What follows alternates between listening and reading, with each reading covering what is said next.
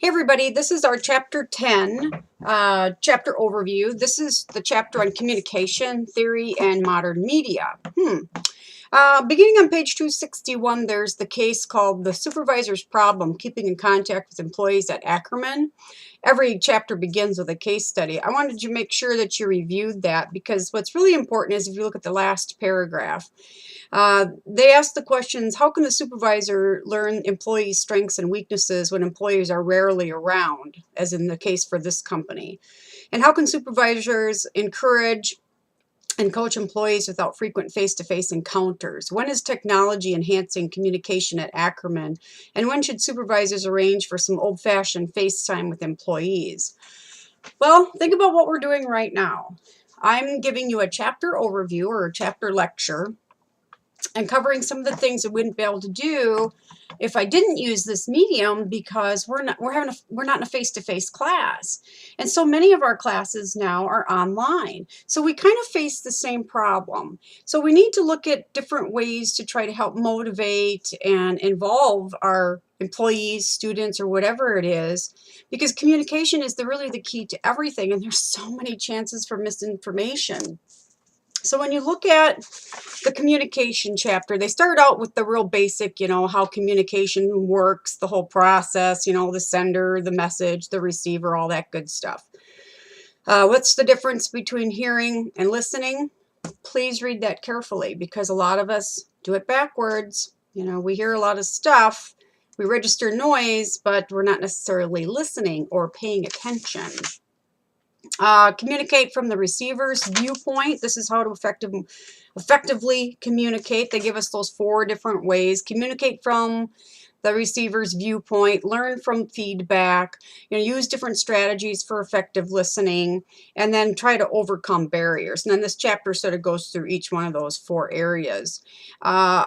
Tips from the firing line on page 265 is really good too. Some real basic ideas, but really, it's not complicated. It really isn't. We just have to teach ourselves to do it well, all right? We have to teach ourselves to listen, because we have a lot of noise. White noise is all the static in our world, right? It's if you're talking in a room and the door is open and there's noise in the background. It might be the noise of a fan that's running. Just think about if you're in manufacturing. I've worked in that environment for years. And how do you communicate with someone when you've got all your PPE equipment on, right? You're trying to give a message to someone, you're trying to coach, mentor, whatever it is, and you haven't taken them to an area that's quieter without so much noise. You have to just kind of plan a little bit more, okay?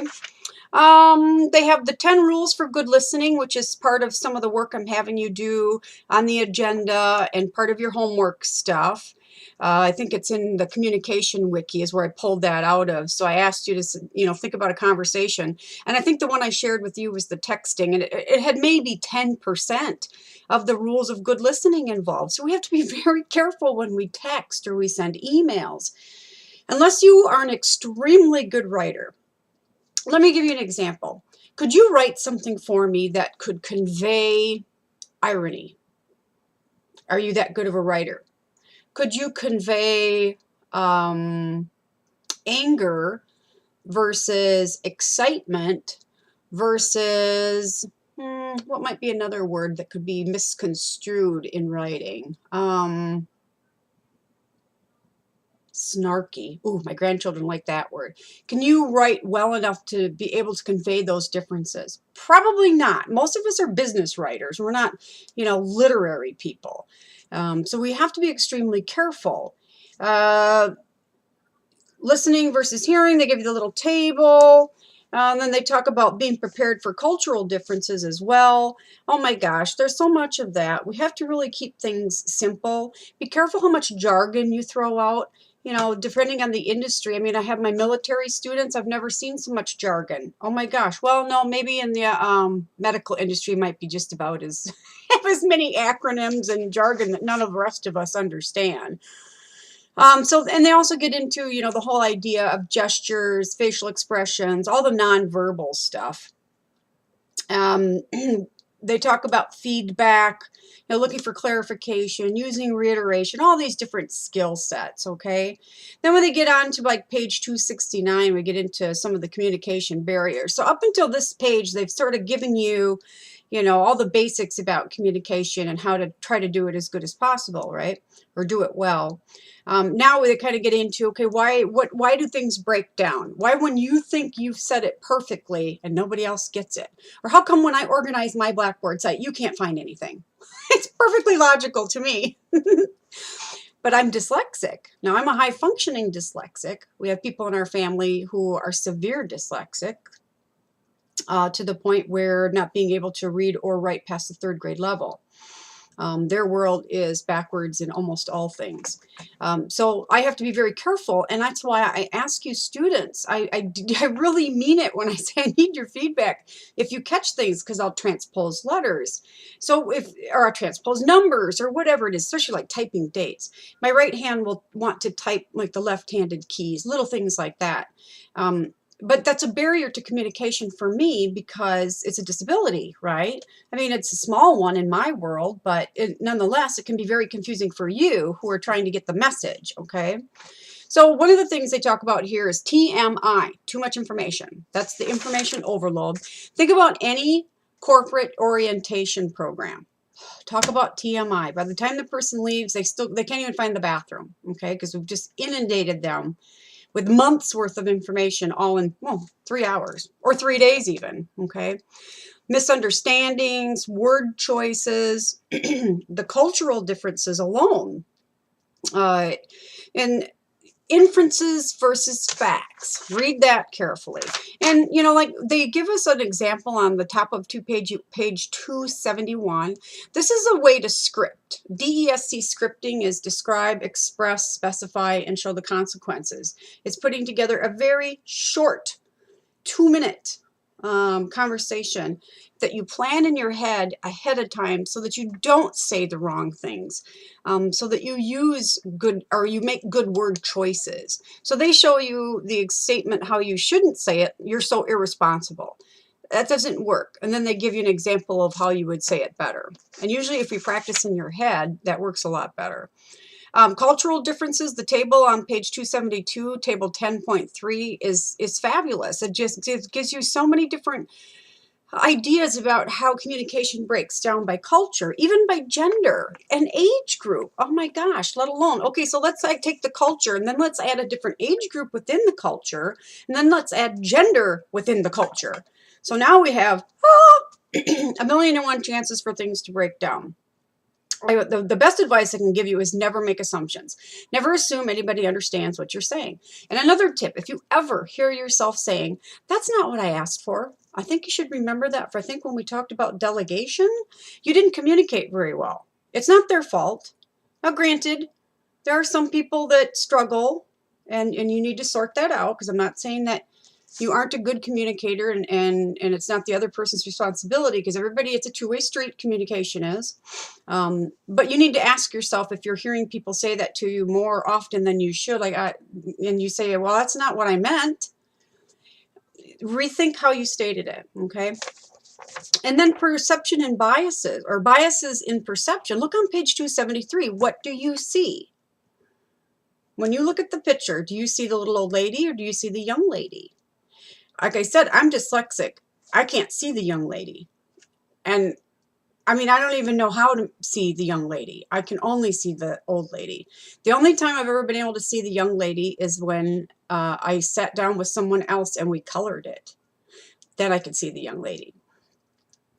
Different prejudices. We've talked about prejudice and stereotypes. We all have them. Even biases and paying attention. So for example, you don't like your boss. So every time your boss comes in to give everybody a little talk about whatever, you already aren't listening, right? Or anyone, if you don't care for the speaker in the first place, you're already disengaged before they start, okay? And so, but I want to add a little thing here about this biases in perception. I'm going to read you a little story. This is called The Cookie Thief, and it was written by Valerie Cox. And the story kind of helps illustrate how our perceptions can interfere with the real story, with the true communication of things. And the moral of this, when it's all said and done, is think about how perception is reality. Your perception is your reality, and it may not be the same for me. So here's a little poem she wrote. A woman was waiting in an airport one night with several long hours before her flight. She hunted for a book in the airport shop and bought a bag of cookies and found a place to drop. She was engrossed in her book, but happened to see that the man beside her, as bold as could be, he grabbed a cookie or two from the bag between, which she tried to ignore to avoid a scene. Well, she read and she munched cookies and she watched the clock as this gutsy cookie thief diminished her stock. She was getting more irritated as the minutes ticked by, thinking if I wasn't so nice, I'd blacken his eye. With each cookie she took, he took one too. When only one was left, she thought, I wonder what he'll do. With a smile on his face and a nervous laugh, he took the last cookie and he broke it in half. He offered her half as he ate the other. And she snatched it from him and thought, oh, brother, this guy has some nerve and he's also rude. Why, he didn't even show any gratitude. She'd never known when she'd been so galled. She was sighed with relief when her flight was called. She gathered her belongings and headed for the gate and refused to look back at the thieving ingrate. She boarded the plane and sank into her seat, and she sought her book, which was almost complete. As she reached into her bag, she gasped with surprise. There was her bag of cookies in front of her eyes.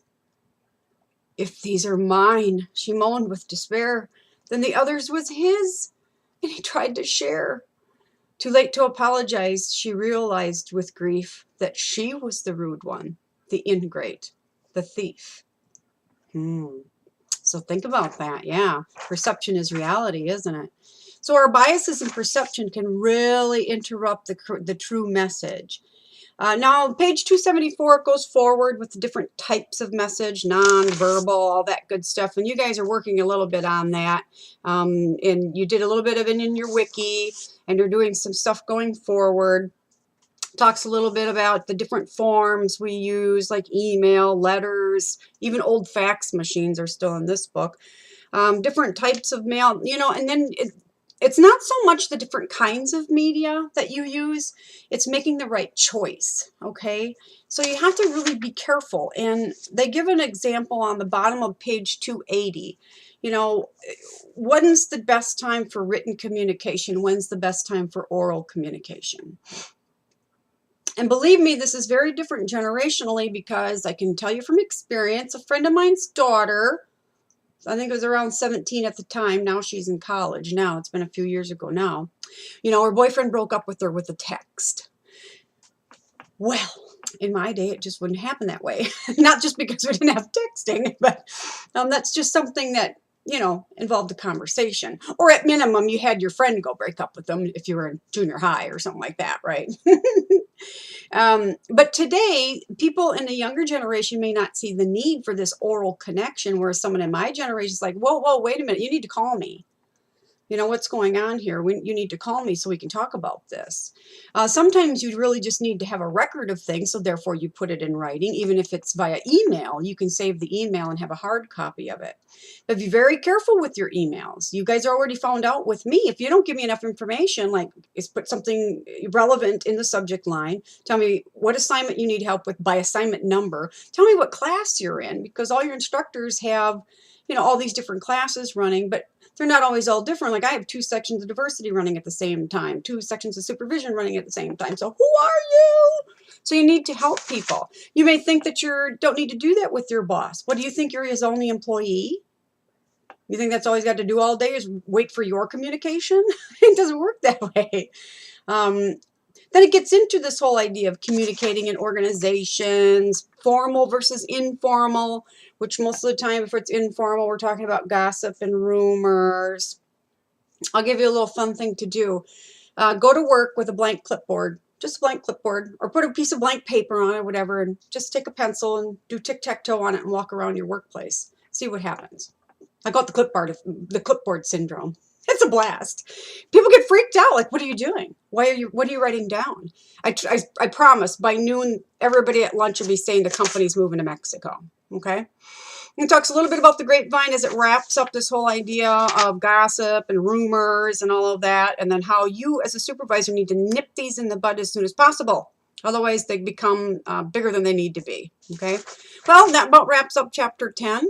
So until next time, adios.